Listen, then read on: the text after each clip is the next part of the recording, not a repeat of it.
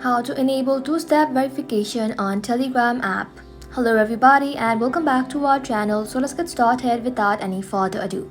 For that, first of all, you want to go ahead and simply open Telegram application in a mobile device. Once you open the application, go ahead and log in to your account. Once logged in, you'll then be able to find a settings like icon at the bottom right corner. Tap onto it.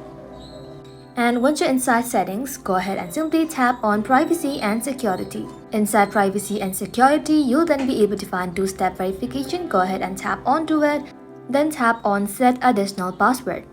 Go ahead and simply type in your password and then retype your password. Once done, tap on create password and then you can go ahead and simply create a hint as well. But for now, I'm gonna go ahead and simply tap on skip.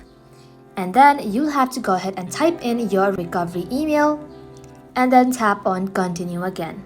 And just like that, go ahead and enter the code that is sent to you on your recovery email. Once done, as you can see that the two-step verification on Telegram is turned on. And that's simply how you can enable it, guys. Thank you all for watching the video till the very end and stay tuned until our next upload.